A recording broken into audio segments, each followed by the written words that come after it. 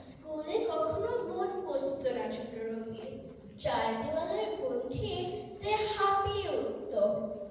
বড় হয় সে বাধা ধরা ভাবে কিছু করতে ইচ্ছা করেনি তার। পরের গানটার লেখা অচলায়তন নাটক থেকে নেওয়া, যেখানে